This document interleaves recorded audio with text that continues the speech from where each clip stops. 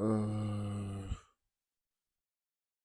Ça se joue aujourd'hui la nouvelle vidéo débrief des PFL Bruxelles. C'était juste incroyable. J'étais allé regarder PFL Bruxelles. Je suis pas encore crédité. Je suis sûr que l'année prochaine, peut-être je vais être crédité pour assister, pour faire des vlogs, de contenu de qualité et tout. Parce que je fais un vlog sur ma première chaîne de PFL Bruxelles. Je suis sûr que je vais mettre les liens dans la bio et tout. Si vous êtes intéressé, vous pouvez aller regarder, genre avant le combat et tout, c'était juste incroyable. Bon, bref, on va parler des Patrick. Il a battu un papy de 42 ans. Il a gagné par KO à 21 secondes, si je ne me trompe pas. Il y en a d'autres gens, ils disent 20 secondes. Il y en a d'autres gens, ils disent 21 secondes. Mais moi, j'étais sur place. C'était dans 22 ou bien 21 secondes. Il a gagné Henderson par KO, flashball. J'ai remarqué, genre, le combat de Patrick et tout, contre Kevin Jousset, il avait gagné par KO, par TKO, KO, bon, bref, TKO, TKO, bon, bref, c'est la même chose par un bras arrière gauche. Parce que je ne sais pas s'il est gaucher ou bien il est droitier. Ça fait au moins deux combats.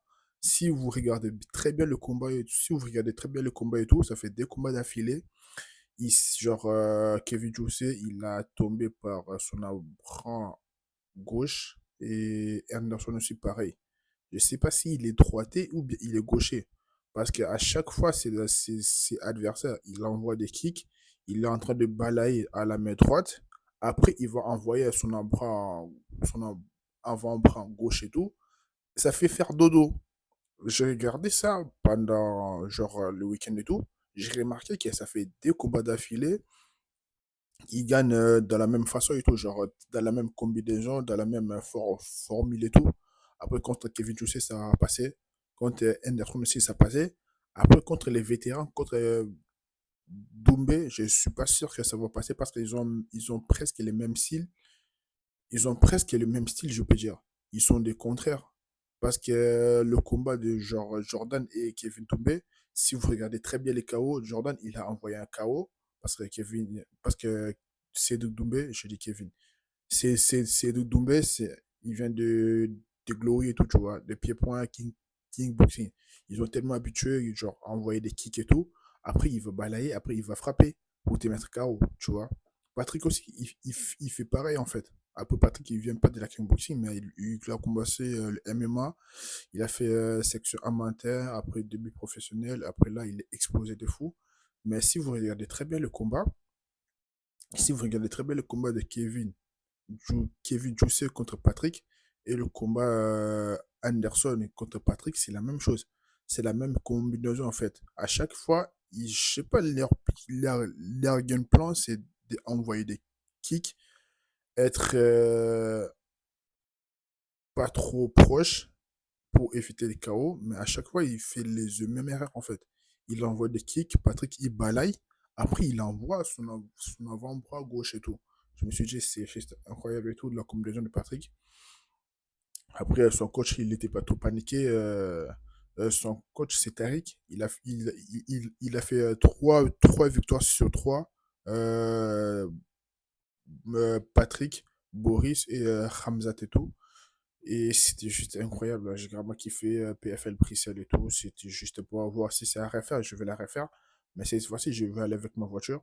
Parce que je n'ai pas envie de dormir à l'hôtel et tout. Parce que je n'ai pas le temps de poster des vidéos de suite. Je n'ai pas le temps de faire le début à chaud et tout. Quand je rentre, je suis fatigué. Et là, je dois faire ça, les vidéos de débrief après. Après le Common Event, Taylor Appelis, quelle masterclass. Taylor Appelis, quelle masterclass. Il mérite la ceinture, hein. Mais son adversaire, il est 4. Non. Il a dit, genre, son prochain adversaire, il est classé quatrième. Mais j'ai regardé son prochain adversaire, il était champion, il était l'ancien champion chez Bellator. Ça va être un combat, t'es malade. Je sais pas quoi là, Mike, Kiel, si je ne sais pas encore sur son blaze, ça va être un combat des malades. Je suis sûr que Taylor, il a dit sur RMC Sport, il va revenir genre à la fin de l'année et tout. Il va combattre à la fin de l'année parce qu'il a enchaîné le combat. Genre, dans 6 mois, il a enchaîné plus de 4 combats. Imaginez-vous, dans 6 mois, tu enchaînes plus de 4 combats. les catchings qui va avec, les trucs et tout. En plus, il a 34 ans. C'est un truc de fou, en fait. Et il nous a sorti une masterclass et j'ai vraiment kiffé, j'ai vraiment adoré. Et son prochain combat, peut-être, ça va être pour la ceinture. Après, il nous dit ça, c'est la deuxième fois, en fait. C'est la deuxième fois, il nous dit que, ouais, mon prochain combat, ça va être pour la ceinture et tout, na. Au final, il va combattre, il va encore prendre encore des risques de combattre contre un boulanger. Après, son adversaire, il était KO. Genre, niveau cardio et tout, il était KO.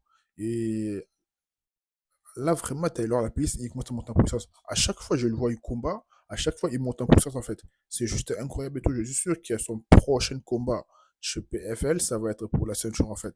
Parce qu'il a 34 ans, il commence à prendre l'âge déjà, il commence à avancer. Et c'est le moment de prendre la ceinture, commencer à défendre jusqu'à ses 38, peut-être 40, on peut dire. Il va prendre sa retraite, ça va être bien et tout.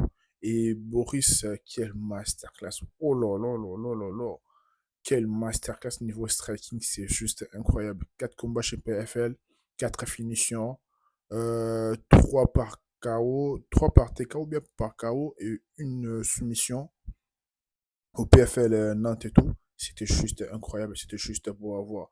En plus, Boris, il a dit que genre, son prochain combat aussi, ça va être pour la ceinture. Déjà, le Chacal, t'es huitième. Je sais pas, tu combats chez des 84 kilos, chez des 93 kilos, chez des poids lourds. On sait pas ton prochain combat, ça va être la ceinture pour chez des poids lourds, chez des 93 kilos ou bien chez des 84 kilos. On sait pas en fait. Il faut que tu choisisses la seule catégorie que tu vas combattre toute ta vie, ou soit tu peux te développer dans une autre catégorie, mais il faut que tu choisisses genre la catégorie déjà de base. Après Patrick, je sais pas, on dirait il va rester chez les 77 kilos parce que je suis pas sûr qu'il va. Il cherche encore à faire encore des calculs de malade pour descendre encore chez les 70 kilos. Je suis sûr qu'il va rester chez les 77 kilos. Après, chez les 77 kilos francophones, il y en a des mondes à gogo. Il y a tellement de monde de tous. C'est juste incroyable. On a Cédric Doumbé, Bagui, Jordan Zebo, Patrick. On a Walid Tanja. On a Conquis, Romain. On a Wilson, je sais pas, Wilson, le Marocain, là, il va combattre sous PFL, PFL Mena. Il va combattre sous PFL Mena.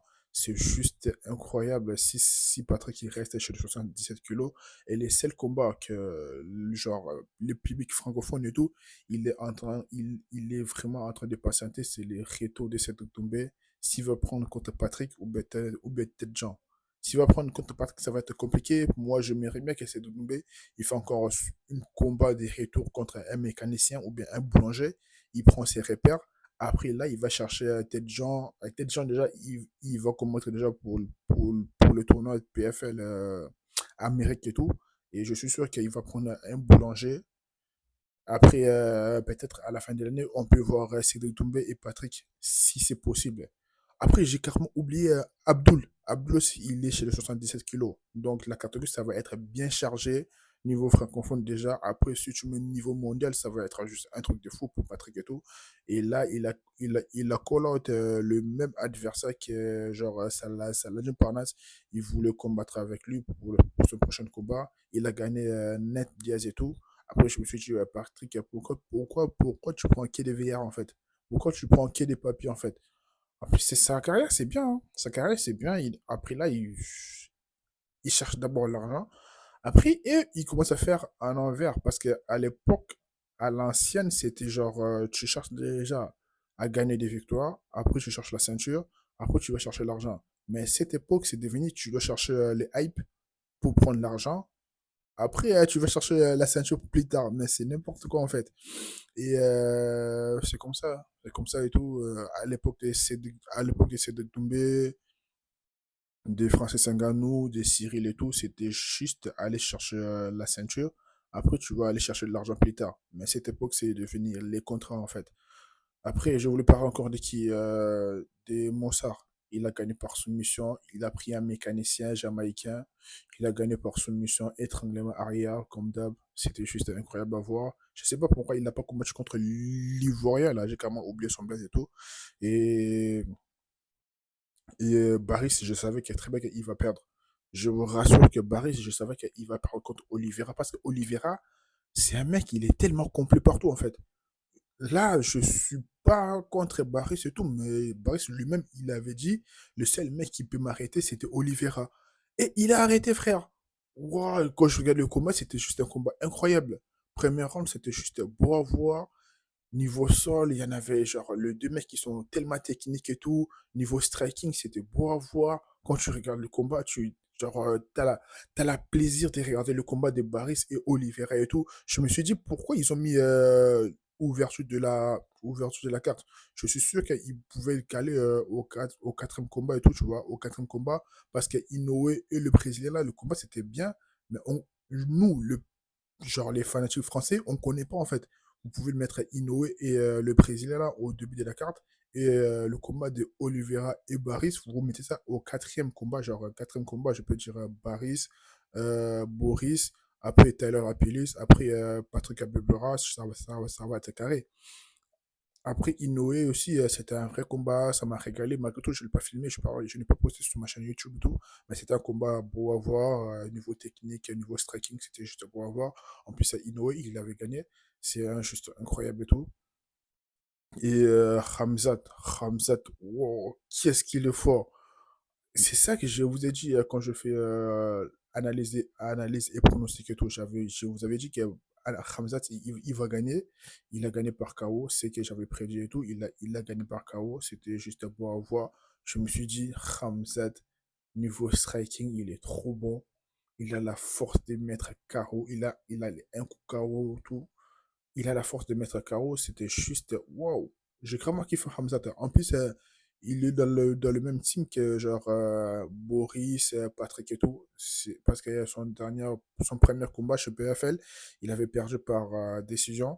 Son adversaire, il a pourri le combat, il a collé contre la cage et tout. En plus, j'étais là sur place et tout. Première PFL Bruxelles, j'étais là. Deuxième aussi, j'étais là aussi, c'était juste incroyable. Et troisième, je suis sûr que je vais être crédité, je vais assister pour vous faire genre les interviews de fous, je vais vous faire kiffer en fait. Et parce que là, PFL Bruxelles, c'était juste incroyable. Malgré tout, c'était rapide, mais c'était juste incroyable. Je vous avais dit que Patrick, il va gagner par KO, il a gagné. Je vous avais dit que genre Boris, il va gagner. Et par KO aussi, il a gagné. Tyler Lapillé comme d'habitude. Par par décision. Et je savais très bien que Baris, il va perdre. Je vous avais dit déjà bien avant, déjà, quand je fais analyse de pronostic. Je savais très bien que Baris, il va perdre. Il a perdu contre Oliveira. Et qui encore l'Algérien, là, il a gagné par high kick de la tête et tout. Je savais très bien que lui aussi, il va gagner. Et Hamza aussi, je savais très bien qu'il va essayer de toutes les manières, de toutes les façons, pour racheter genre la victoire et tout parce que son dernier combat il avait perdu parce qu'on nous a vendu genre pour son premier combat c'est un mec super génial et tout super salé il a la coup de foudre il met des KO à tout va et tout parce que son ancienne organisation et tout il mettait des KO il gagnait avec la manière et tout et son premier combat il a perdu et là il s'est fait racheter il a gagné avec un KO au premier round c'est juste incroyable en plus, lui aussi, il est chez les 77 kilos. Il est juste balèze, en fait. Je vous assure qu'il est juste balèze. Je ne suis pas sûr qu'il va croiser il va croiser Tariq et tout. Non, il va croiser Patrick et tout parce qu'ils sont dans le même team que Tariq. Et je suis sûr que son prochain combat, ça va être hors PFL Bruxelles. Et parce que là, on est en cinquième mois, ils ont encore 6 mois, 7 mois devant eux pour faire leur deuxième combat de l'année. Et ça va être juste génial pour on revoir encore PFL Bruxelles pour la deuxième fois cette année. Ça va être juste incroyable parce que Boris, il a dit son prochain combat, ça va être pour la ceinture, mais en Bruxelles. Et Taylor Lapulus, il a dit son prochain combat, ça va être pour la ceinture, mais en France. Je suis sûr qu'ils vont faire Bagui, Baki, Cédric Doumbé, match retour. Ouais, Bagui, c'est Doumbé, match retour en common event. Non, en main event et le common event, ils vont mettre ils vont mettre Tyler Lapillise pour la ceinture, ou soit Bagui, truc et tout, ils vont être en common event. Parce que la ceinture, normalement, c'est toujours en main event, c'est pas en common event. Les ceintures, n'oubliez pas de liker la vidéo, à partager. Abonnez-vous sur ma chaîne, mettez le commentaire, je réponds à tous vos commentaires. et on s'attrape les ceintures.